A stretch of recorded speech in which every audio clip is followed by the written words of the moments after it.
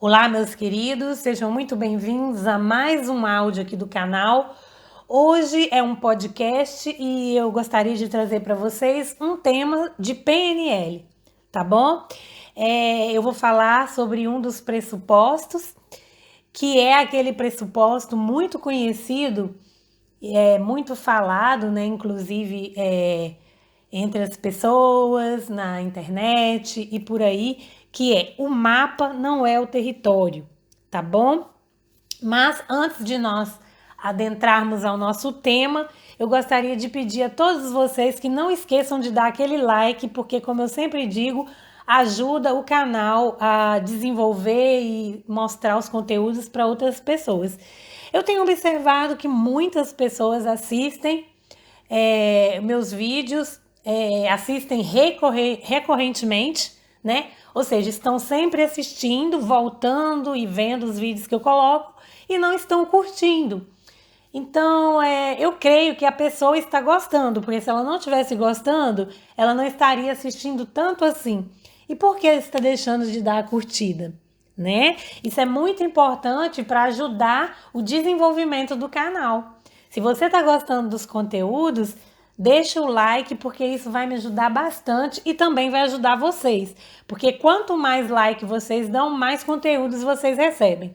Porque o YouTube, assim como o Facebook e todas as mídias sociais, eles apenas entregam os conteúdos para aquelas pessoas que estão demonstrando o interesse delas. E uma das maneiras de vocês demonstrarem o interesse de vocês é quando vocês curtem o vídeo, o post, o áudio, enfim.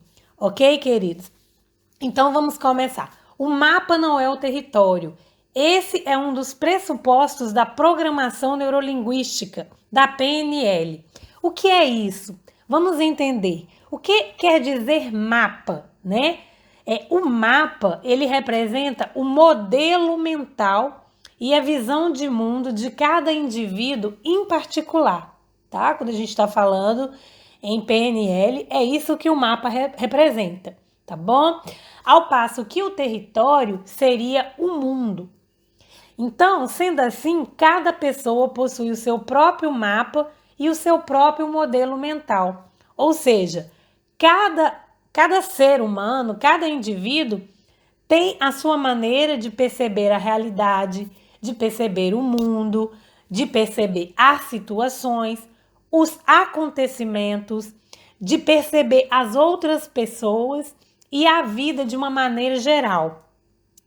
Mas a maneira pela qual nós percebemos a realidade não quer dizer que seja a realidade. Porque nós percebemos de acordo com o nosso modelo, né? Nós percebemos a realidade de acordo com aquilo que nós aprendemos e experimentamos na vida. De acordo com as nossas crenças, com a nossa cultura, com a nossa criação, né? Nós percebemos o mundo à nossa volta e as pessoas de acordo com as nossas dores e com as nossas alegrias, né, que nós vivemos e experienciamos em nossa vida, tá bom? Então, quando você olha, vamos entrar aqui num exemplo, mais ou menos. Quando você olha uma planta de um projeto arquitetônico, de uma casa, de um monumento e até de uma cidade, não significa que aquela planta é a casa, né? Aquela planta é o monumento, aquele mapa é a cidade. Não, é apenas um modelo. Ou seja, a planta de uma casa não é a casa. O mapa de uma cidade não é a cidade. Na casa, por exemplo, por que o projeto de uma casa não é a casa? Porque na casa existem detalhes, existem ornamentos, existem decorações, existem pessoas que moram lá. E os anos vão se passando e provavelmente acontecerão o quê? Reparos, reformas e mudanças naquela casa.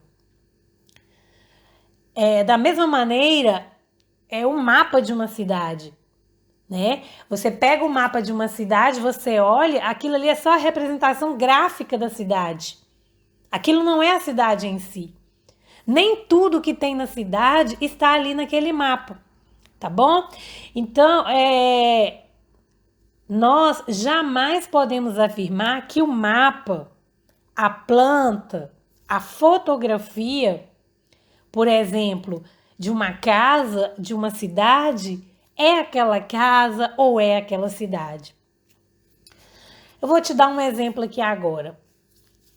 Pegue uma foto sua ou tire uma foto sua agora, hoje, e daqui um dia você volte a olhar essa foto novamente. Aquela foto não é você, ela apenas representa o momento que você registrou a fotografia. Talvez você estivesse sorrindo, né? Talvez você estivesse demonstrando uma alegria na foto, mas lá no seu interior, talvez você estivesse sentindo tristeza. E o que isso tem a ver com o que eu estou dizendo aqui agora?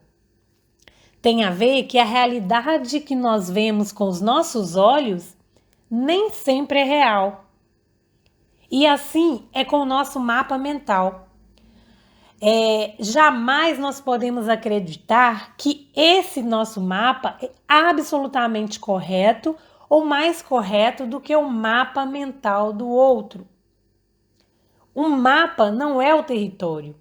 Esse pressuposto da PNL nos desperta para a reflexão e atenção de que a realidade individual de cada um de nós jamais será absoluta ou deverá ser sobreposta à realidade do outro.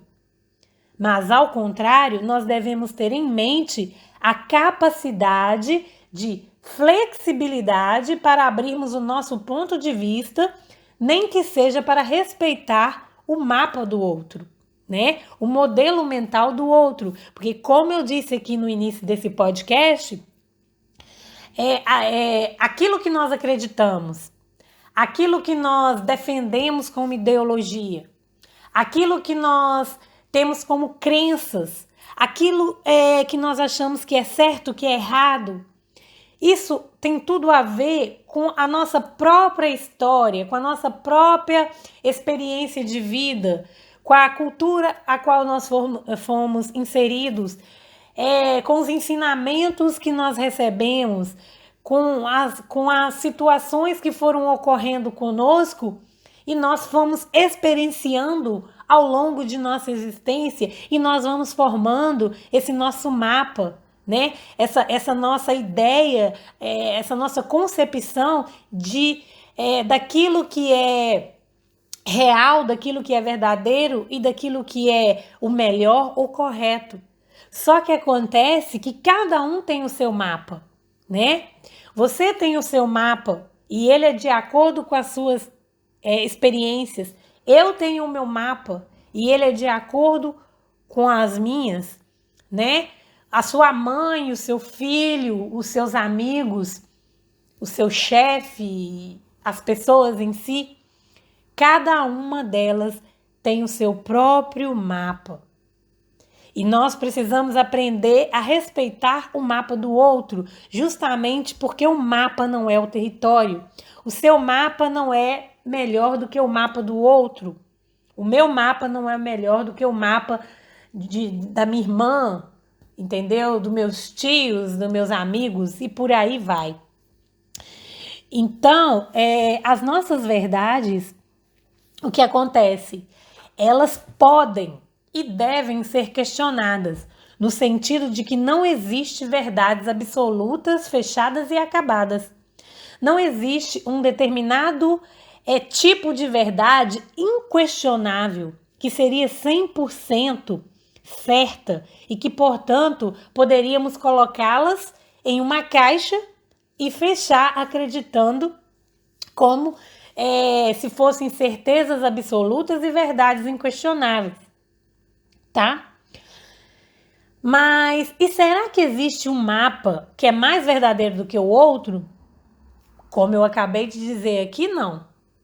No entanto, é interessante nós sempre analisarmos o nosso próprio mapa e fazer os ajustes quando e se necessário, né? Por exemplo, se o nosso mapa mental, está nos guiando pelas estradas produtivas da vida e nos ajudando a chegar nos caminhos do sucesso que nós almejamos para nós em todas as áreas da nossa vida, significa que nós estamos bem. Se pelo contrário não, nós teremos obstáculos e dificuldades pelo caminho. Então, o que é importante de você entender é que você deve questionar o seu mapa e não o mapa do outro, tá? Se o outro está preso em seu próprio mapa mental, que se encontra cheio de entraves, somente ele, e quando ele realmente quiser, ele irá alterá-lo. Porque ninguém tem o poder de alterar o mapa do outro quando esse outro não o deseja. Então, portanto, sempre que nós nos depararmos diante de conflitos, ao tentarmos impor as nossas percepções e as nossas realidades às realidades do outro ou dos outros, nós devemos nos lembrar desse pressuposto da PNL. O mapa não é o território. Sabe, meus queridos, a maior parte dos conflitos, das guerras, das discórdias e das brigas, né? A maior parte das separações e das inimizades se dá pelas pessoas estarem rígidas em suas ideias e fechadas em seus mapas. E assim o que elas fazem? Elas tentarem impor os seus modelos mentais, impor os seus mapas ao outro, né? Então, quanto mais ampliado for o seu mapa, mais chances você terá de obter sucesso na sua vida. Então, portanto, eu termino esse podcast aqui deixando esse despertar aí para vocês. Questione-se sempre e procure ampliar o seu mapa, porque o mapa não é o território. Ok, meus queridos? Se vocês gostaram, deixem um like, curtam, compartilhem, se inscrevam no canal, caso ainda não sejam inscritos. Fiquem com Deus, um grande beijo e até o próximo vídeo. Tchau, meus queridos!